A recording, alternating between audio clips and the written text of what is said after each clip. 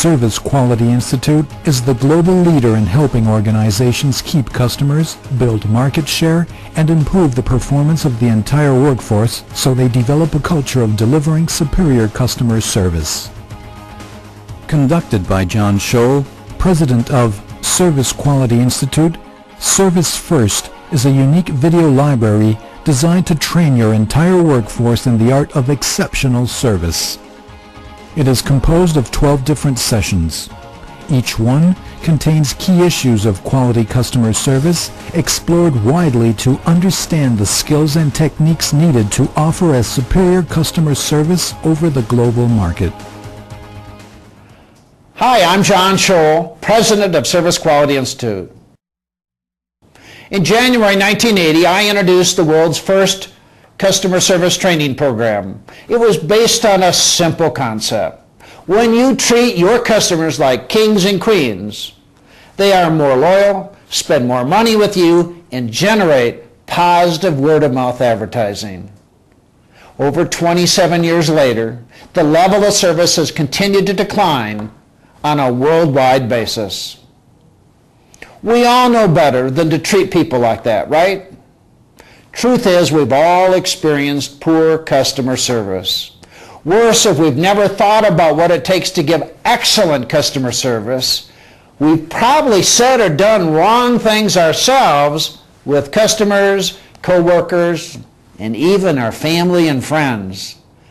Welcome to Service First, one of over 30 different training programs Service Quality Institute has in its portfolio. Service First is a video series designed to help you build skills of excellent customer service.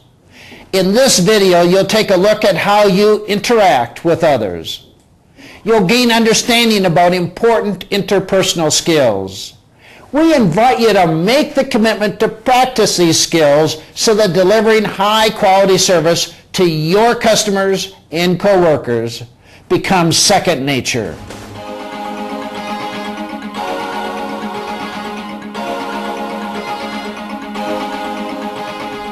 Can I help you with something, sir? Yeah, we seem to be having a problem. Okay. When we first arrived, you told us the wait would be 20 or 30 minutes. All right. Well, what was the name? Simon. Simon. Ah, Mr. Simon, yes, it looks like you were crossed off the list. Well, we've been here the whole time, and this little pager didn't go off or anything. Gosh, I am so sorry that this happened. I'm going to get you the next available table. Thank you. If you'd like to have a seat in the bar and get a drink on the house for all your trouble. Great, thank you. You bet. Thanks for your patience.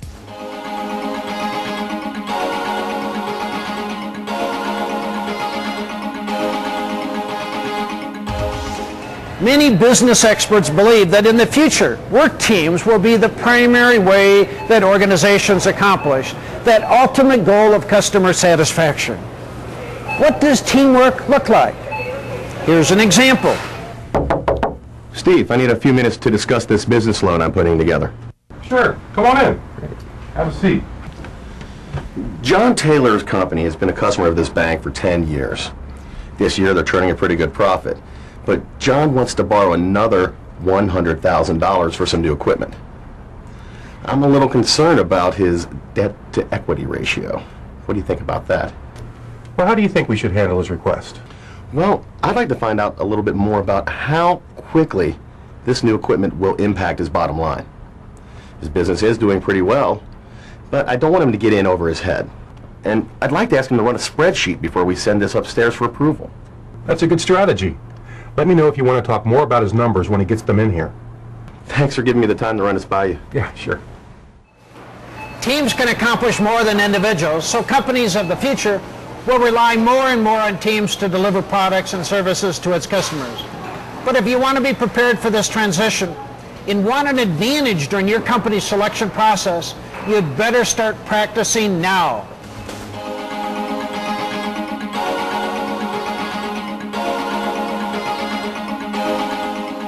In this session, we will help you to understand the methods for handling complaints and irate customers, as well as recognizing that a complaint is an opportunity for improvement.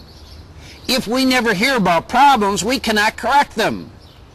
Customer complaints are very important feedback that tell us about an immediate problem which more than likely needs our immediate attention. And if we fail to give the situation the proper attention, we will inevitably end up with dissatisfied customers. If customers are dissatisfied, they won't come back. The first principle of Service First is to feel good about yourself and the work that you do. The second principle of Service First is practicing habits of courtesy every day and with everyone you deal with. The third principle of Service First is the use of positive communication. How you say things is just as important as what you say. The fourth principle of Service First is the ability to listen and ask questions to understand the customer's needs and expectations. And the fifth principle of Service First is to perform professionally in every aspect of your job.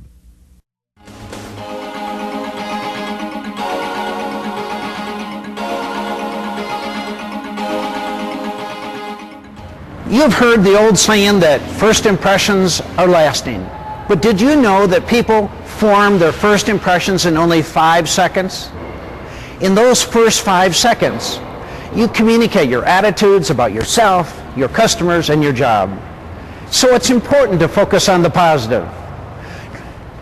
You show how you feel about yourself by your dress, your grooming, and your general demeanor. It's important to learn how to greet each new day with a positive outlook. Not only will you feel better about yourself, but your colleagues and customers will enjoy their interactions with you a lot more. Watch this. Hi, Peg. How's it going? Listen, did you figure out why the back orders aren't coming in when we bring up the customer's order? Geez, how do you like that? I was only trying to help. The language of positive communications is not difficult, but it does take practice. Positive communications is an unconscious mixture of the 5 principles of Service First: verbal and physical speaking skills, and the presentation of all those parts. Luckily, we all have many opportunities to practice positive communications with our customers and colleagues. Through common vignettes presenting different service situations, your coworkers will be able to identify why quality service usually fails and what is needed to succeed as a unique, exceptional service provider. This video library is focused on a conscious study of the needs and expectations of customers and clients, developing tools to provide outstanding quality service. It includes important subjects such as positive communication, telephone techniques, service recovery, and empowerment, among others. These tools and techniques will separate your company and coworkers apart from the rest.